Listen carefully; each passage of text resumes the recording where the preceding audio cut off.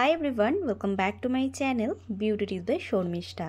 আজকের ভিডিওটা কিন্তু ছিল একেবারে একটা রিকোয়েস্টেড ভিডিও। তো বনুটা আমাকে রিকোয়েস্ট করেছিল মার্চ মাসের 5 তারিখের জন্য ও সকালে এবং বিকালের জন্য একটা পার্টি মেকআপ লুক। তো আমি সকালের মেকআপ লুকটা এখন শেয়ার করছি আর রাতের মেকআপ লুকটা তোমাদের সাথে পরবর্তীকালে শেয়ার করে দেব। তো মেকআপ লুকটাকে স্টার্ট করে দিলাম। তোমার কাছে একটাই রিকোয়েস্ট, যে আমাকে রিকোয়েস্ট করেছিলে ভিডিওটা অবশ্যই শেয়ার করার চেষ্টা করো। প্রথমে ব্যবহার করলাম বায়োটিক্সের হানি দেওয়া টোনার, তারপর বায়োটিক্সের মর্নিং ফ্রেশ যে ময়শ্চারাইজারটা রয়েছে সেটাকে ব্যবহার করছি।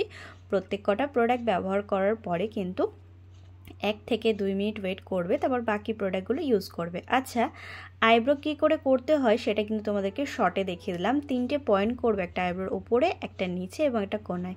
এই 3টে পয়েন্টকে একদম পাহাড়ের মতো উঠিয়ে এবং নিচের দিকে টানবে, তারপরে হালকা হালকা করে কিন্তু কালো করবে। দেখো আইব্রোটা কত সুন্দর ফিল করা হয়ে গেল। আমি কিন্তু আজকে প্রাইমারটা একটু পরে ব্যবহার করছি, কারণ হালকা হালকা কিন্তু গরম পড়ছে। এখন যদি স্কিন কেয়ারটা ঠিকঠাক না করো তাহলে কিন্তু তোমাদের মেকআপ একেবারে গলে গলে পড়ে যাবে। সেই কারণে আমি কিছুক্ষণ পরে প্রাইমারটা ব্যবহার করলাম। প্রাইমার ব্যবহার করার 3 মিনিট পরে কিন্তু ফাউন্ডেশন ব্যবহার করছি। আজকে ফাউন্ডেশনের জন্য নিয়েছিলাম হলো মেবেলিন বলছি, ইনভাইবের যে একটা নিউ লঞ্চ ফাউন্ডেশনটা বেরিয়েছে না, টিন্ট দেওয়া, সেটাকে নিলাম। এটা প্রচণ্ড লাইট ওয়েট, আর সকালবেলা যেহেতু মেকআপটা করছি তো সে কারণে একটু লাইট ওয়েট বেস রাখাটা আমি প্রেফার করি গরমকালের জন্য। তারপরে মেবেলিনের কনসিলার নিয়ে চোখের ওপরে, চোখের নিচে এবং ফেস যেখানে কন্ট্রিং করব ঠিক তার নিচে ভালো করে কনসিলারটা ব্যবহার করে নিলাম। কনসিলারটা ব্যবহার করে ব্লেন্ডিং করে নিলাম। ব্লেন্ডিং করে নেওয়ার পর আমি ফেস কন্ট্রিং করছি। তুমি চাইলে ফেস কন্ট্রিং করতেও পারো বা স্কিপও করতে পারো।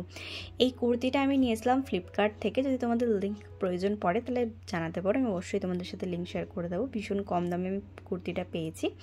নাকটায় কন্ট্রিং করে নেওয়ার পরে কিন্তু ফেস কন্ট্রিং করছি। আর একটা জিনিস তোমরা খেয়াল করে দেখো, আমি কিন্তু এখন চুলে প্রচুর যত্ন করছি, তোমাদের জন্য প্রচুর ভিডিও নিয়ে আসছি খুব তাড়াতাড়ি। ফেস কন্ট্রিং করে নেওয়ার পর ব্লাশার ইউজ করছি। আজকে লিকুইড ব্লাশারটা ব্যবহার করছি। লিকুইড ব্লাশারের জন্য আজকে আমি নিয়েছিলাম এনভাইবেরই একটা ব্লাশার। এগুলো না কম বাজেটে খুব ভালো প্রোডাক্ট, চাইলে তোমরা ব্যবহার করে দেখতে পারো।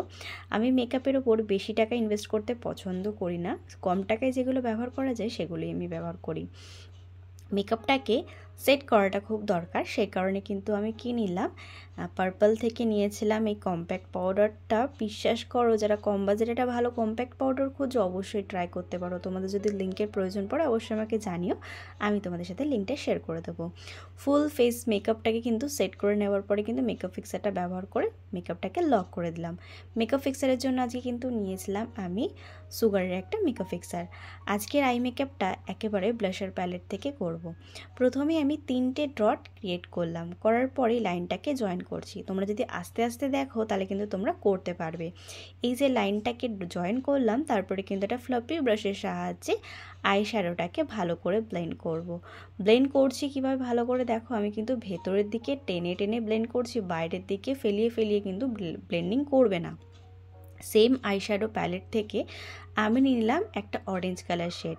আমি যে ক্রিস লাইনটা তোমাদেরকে দেখালাম ঠিক সেই জায়গাটাতেই কিন্তু অরেঞ্জ কালারটাকে প্লেস করব এবং ব্লেন্ডিং করব। ব্লেন্ডিং করে নেওয়ার পর ওই সেম প্যালেট থেকে আমি কিন্তু নিলাম একটা চকলেট কালারের শেড। সেটাই কিন্তু আমার চোখের কোণাটাতে, জাস্ট আমার কোণাটাতে একটুখানি অ্যাপ্লিকেশন করে ব্লেন্ডিং করে নিলাম। এতে চোখটা দেখতে আরও ইনহ্যান্স লাগবে।